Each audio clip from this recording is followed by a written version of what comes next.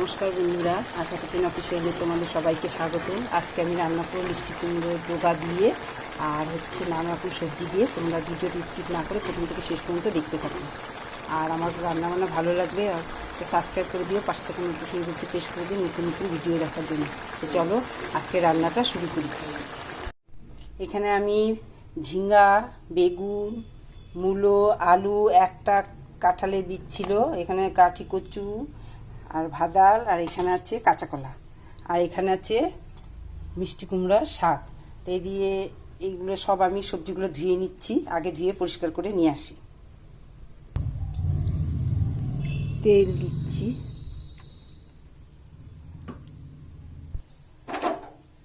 ডালের বড়ি ভেজে নিচ্ছি।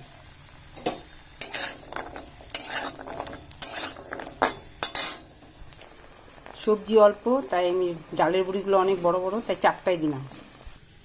সবজিগুলো ধোয়া হয়ে গেছে, এই তেলের উপরে আমি সবজিগুলো দিয়ে দিচ্ছি।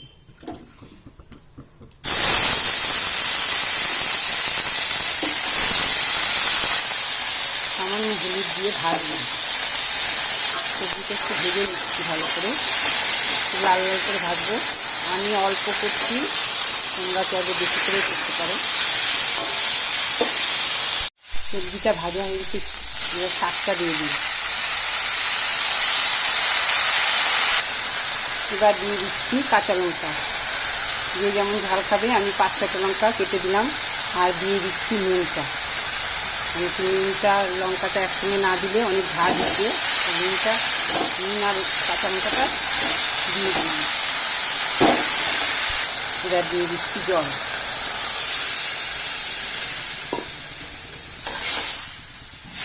জল দিয়ে ঢেকে দিব।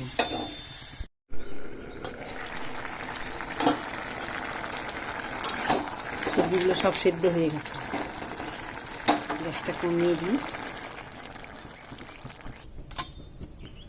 বাটিতে ঢেলে নিলাম। এবার দিয়ে দিচ্ছি তেল, একটা শুকনো লঙ্কা, দিয়ে দিচ্ছি 5 ফোড়ন, সামান্য আদা কুচি। সবজিটা দিয়ে দিচ্ছি।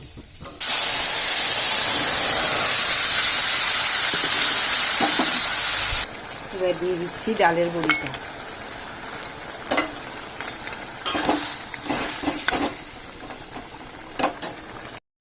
এইভাবে রান্না করে খেয়ে দেখো, কথা দিচ্ছি মাছ মাংস দূরে রাখবে, এটা দিয়েই অনেকটা ভাত খাওয়া যাবে।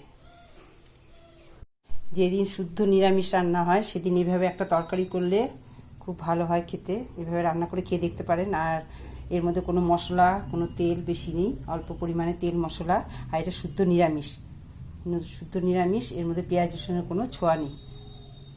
এবার দিয়ে দিচ্ছি একটু আদা কুচি, আর দিয়ে দিচ্ছি সামান্য জিরের গুঁড়ো। এইভাবে রান্না করে খেয়ে দেখো, খুবই টেস্টি হয়। আজকের মতো রান্না এখানেই শেষ, গ্যাসটা অফ করে দিচ্ছি। টাটা।